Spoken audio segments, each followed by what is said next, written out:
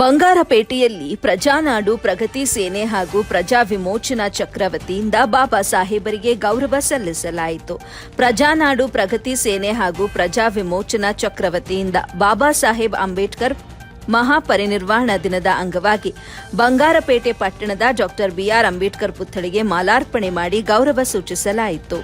ಈ ಸಂದರ್ಭದಲ್ಲಿ ಮಾತನಾಡಿದ ಕೋಲಾರ ಜಿಲ್ಲಾಧ್ಯಕ್ಷ ಮಣಿವಣ್ಣನ್ರವರು, ಹಿಂದೂ ಧರ್ಮದಲ್ಲಿ ಮುಕ್ಕೋಟಿ ದೇವರುಗಳನ್ನ ಆರಾಧನೆ ಮಾಡುತ್ತಾರೆ, ಆದರೆ ಯಾರೊಬ್ಬರೂ ದೇವರನ್ನ ಪ್ರತ್ಯಕ್ಷವಾಗಿ ಕಂಡಿಲ್ಲ.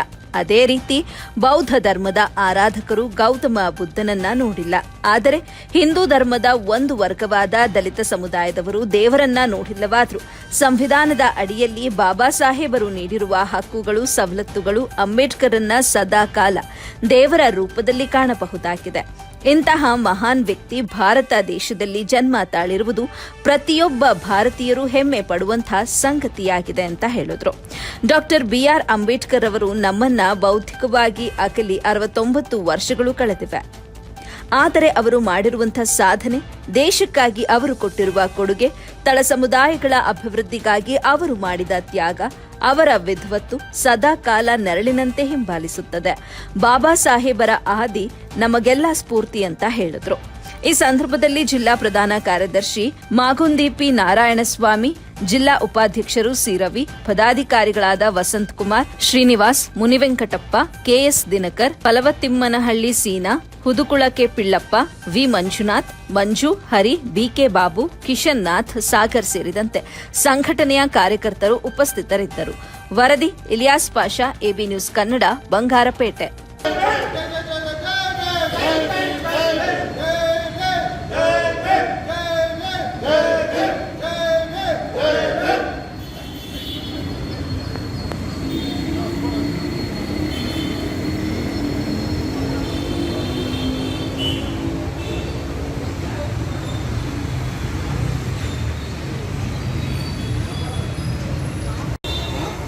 చేస్తాను, ఒక 5 నిమిషాలు చేస్తాను.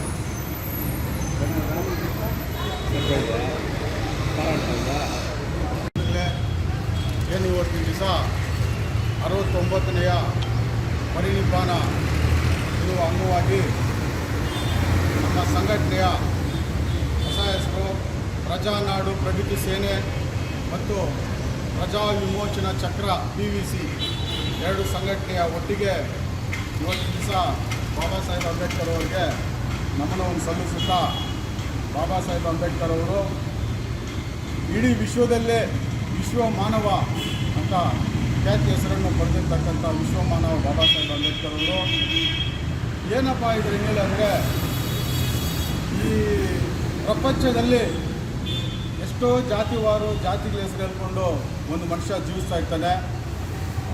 ಒಂದು ಮುಸ್ಲಿಂ ಬಾಂಧವರಾದವರು ಅಲ್ಲ ನೋಡಿರಲ್ಲ, ಒಂದು ಹಿಂದೂ ಬಾಂಧವರಾದವರು ಮೂಕೋಟಿ ದೇವರುಗಳನ್ನು ಯಾರು ನೋಡಿರಲ್ಲ, ಒಂದು ಕ್ರೈಸ್ತ ಆದವರು ಯೇಸು ನೋಡಿರಲ್ಲ, ಜೈನ ಆದವರು ಮಹಾವೀರ್ ನೋಡಿರಲ್ಲ, ಇದೇ ಬೌದ್ಧನವರು ಬುದ್ಧನ ನೋಡಿರಲ್ಲ. ಅದೆಲ್ಲ ಒಂದು ಕಟ್ಟುಕತೆ ಆಗಿದೆ. ಇಷ್ಟು ಜನರೂ ಇಡೀ ಜಗತ್ತಲ್ಲೇ ಬದುಕಲು ಅವಕಾಶ ಮಾಡಿಕೊಟ್ಟ, ಸಮಾನತೆಯನ್ನು ಸಾರಿ ಎಲ್ಲರಿಗೂ ಬದುಕಲು ಅನುವು ಮಾಡಿಕೊಟ್ಟಂಥ ಏಕೈಕ ವ್ಯಕ್ತಿ ಅಂದರೆ ಮಾನವ ಬಾಬಾ ಸಾಹೇಬ್ ಅಂಬೇಡ್ಕರ್, ವಿಶ್ವ ಮಾನವ ಬಾಬಾ ಸಾಹೇಬ್ ಅಂಬೇಡ್ಕರ್. ಇವತ್ತಿನ ದಿವಸ ಒಂದು ಮನುಷ್ಯ ಉಸಿರಿಲ್ಲದೆ ಹೆಂಗೆ ಬದುಕ್ತಾನೋ ಅದೇ ರೀತಿ ಬಾಬಾ ಸಾಹೇಬ್ ಅಂಬೇಡ್ಕರ್ ಕೊಟ್ಟಿರ್ತಕ್ಕಂಥ ಸಂವಿಧಾನ ಇಲ್ಲದೆ ಅವರು ಬರೆದಿರ್ತಕ್ಕಂಥ ಕಾನೂನಿಂದ ಬದುಕಲಿಕ್ಕೆ ಅವಕಾಶವೇ ಇಲ್ಲ. ಇವತ್ತಿನ ದಿವಸ ಬಾಬಾ ಸಾಹೇಬ್ ಅಂಬೇಡ್ಕರ್ ಬರೀ ಒಂದು ಸಂಘ ಸಂಸ್ಥೆ ಅವರು ರಾಜಕೀಯದವರು ಏಪ್ರಿಲ್ 14ನೇ ತಾರೀಕು ಹುಟ್ಟಹಬ್ಬ ಮಾಡ್ತಾರೆ, ಡಿಸೆಂಬರ್ 6 ಅವರು ಪರಿನಿರ್ವಾಣವನ್ನು ಮಾಡ್ತಾರೆ. ಅದೆಲ್ಲ ಇವತ್ತಿನ ದಿವಸ ನಾವು ಬಾಬಾ ಸಾಹೇಬ್ ಅಂಬೇಡ್ಕರ್ ಅಂತ ಪಡೆದಿರ್ತಕ್ಕಂಥ ನಾವು ಏನು ಬದುಕಲು ಒಂದು ವಸ್ತ್ರ ಆಗಲಿ, ವಿದ್ಯೆ ಆಗಲಿ, ಮನೆ ಆಗಲಿ ಸಮಾನತೆಯಿಂದ 3 ಹೊತ್ತು ಊಟ ತಿಂತಿದ್ರೆ ಅವರು ಹಾಕಿರ್ತಕ್ಕಂಥ, ಅವ್ರು ಕೊಟ್ಟಿರ್ತಕ್ಕಂಥ ಕೊಡುಗೆಯಿಂದ ನಾವು ಈ ಥರ ಮಾಡ್ಕೊಂಡು ಜೀವಿಸ್ತಾ ಇದ್ದೀವಿ ಬಂದಿರಲೇ. ಹಾಗಾಗಿ ಇವತ್ತು ಬಾಬಾ ಸಾಹೇಬ್ ಅಂಬೇಡ್ಕರ್ ಅವ್ರ ಕೊಡುಗೆ ಏನಪ್ಪ ಅಂದರೆ, ಸಂವಿಧಾನವನ್ನು ಬರೆದು ಸಮರ್ಪಣೆ ಮಾಡಿದ್ರಿಂದ ಅದು ಮುಂದಿನಿಂದನೂ ಅವರು ಸಮಾನತೆಯನ್ನು ಸಾರ್ಕೊಂಡು ಬಂದಿರ್ತಾರೆ. ಏಕೈಕ ವ್ಯಕ್ತಿ ಬಾಬಾ ಸಾಹೇಬ್ ಅಂಬೇಡ್ಕರ್ ಅವರು. ಈ RBI ನೋಟ್ ಚಲಾವಣೆ ಕೂಡ ಬಾಬಾ ಸಾಹೇಬ್ ಅಂಬೇಡ್ಕರ್ ಅವರು ಮಾಡಿಕೊಟ್ಟಿರ್ತಾರೆ.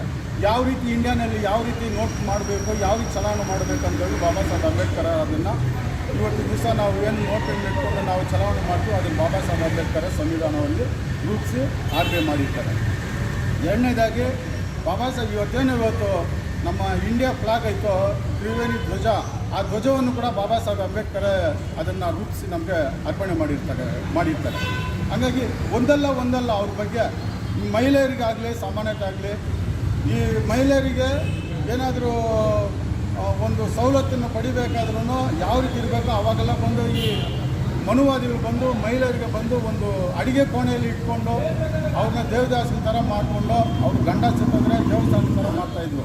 ಅದನ್ನೆಲ್ಲ ಹೋಗಲಾಡಿಸಿ ಅವ್ರಿಗೆಲ್ಲ ಸಾಮಾನ್ಯ ಒಂದು ಹಕ್ಕನ್ನು ಕೊಟ್ಟು ಜೀವಿಸಲು ಅನುವು ಮಾಡಿಕೊಟ್ಟಿದ್ದ ಬಾಬಾ ಸಾಹೇಬ್ ಅಂಬೇಡ್ಕರ್.